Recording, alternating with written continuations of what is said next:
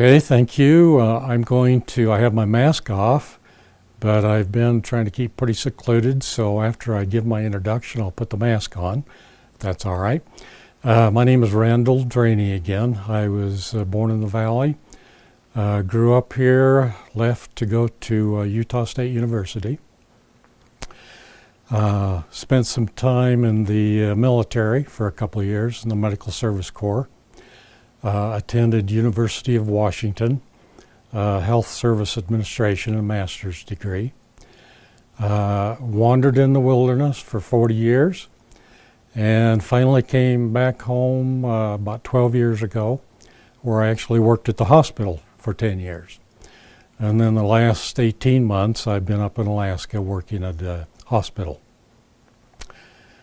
Why I want to be on the board, hopefully I could do things that would help out, help the situation of the hospital, and so I think that's it.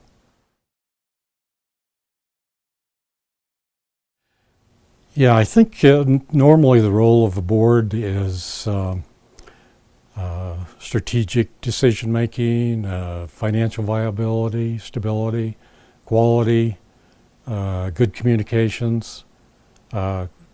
I think those are kind of the basic. Where I would come in, where I think I fit, is that in my wandering in the wilderness 40 years, I've worked in Washington and Oregon, a little bit in Hawaii, Arizona, and I've worked for government hospitals, federal hospitals, private, county. So I think I bring a perspective of a broad, what else is happening out there. So I think that's where I look at my role. I think that would be good to have that perspective.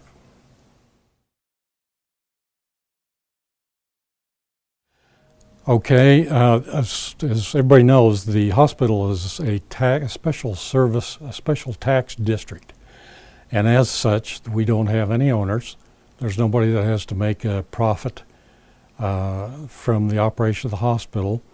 So I think the overall incentive is to keep the hospital efficient, keep the prices down just to where the hospital has to make money, to where we can buy needed equipment, pay salaries, just really to support the hospital itself. So that's kind of the one side of it. The other side is how do we get there? And I think we have to make sure that we have a very efficiently running hospital. And what I would like to see, what I think would be good, is to do a operational review of all the departments in the hospital. And what the things that I'm saying maybe have already been done, I don't know. And but anyway, an operational review, look at every department, see what services we have, see how efficient we are, what we're spending, what revenue's coming in.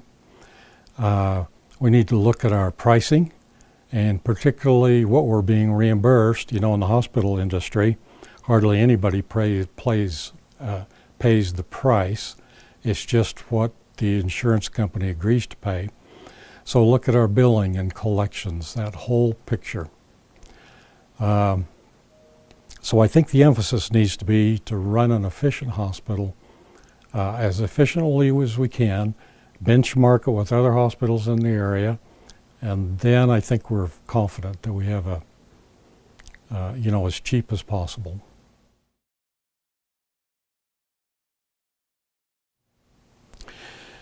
Yeah, I think other than the obvious, with the COVID, certainly has had a big impact. And with the reimbursement, with our reimbursement situation, depending on whether Democrats or Republicans, how the hospitals are going to be reimbursed. Certainly that's on the horizon. But I think other than that, generally, I don't know. But what I would do, what I would want to see to find that out, is step one, and I've thought through this, step one would be to see where the heck we are at. And again, administration probably knows that. But let's define where we are at with our services. When is the last survey we've taken of our doctors, employees, where are they at, patients, the public, the services we provide. I would like to see to really define where we are at. Then the second step would be to see what the possibilities are. Again, answering what the challenges are. I think we need to be very specific. I would suggest that we need to have maybe three different approaches. One is worst case scenario.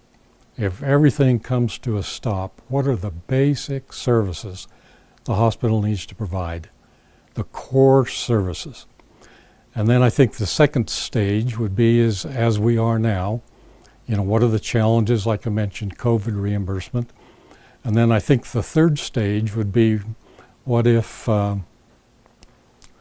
everybody in California, Utah wanted to come here to live and we doubled our population? What the impact would be. And the administration can't figure this out alone, I don't think. It would take input from the public, get think tanks going and come up with some real positive, specific challenges. So I think, again, more I'd support a process rather than just try to answer the question.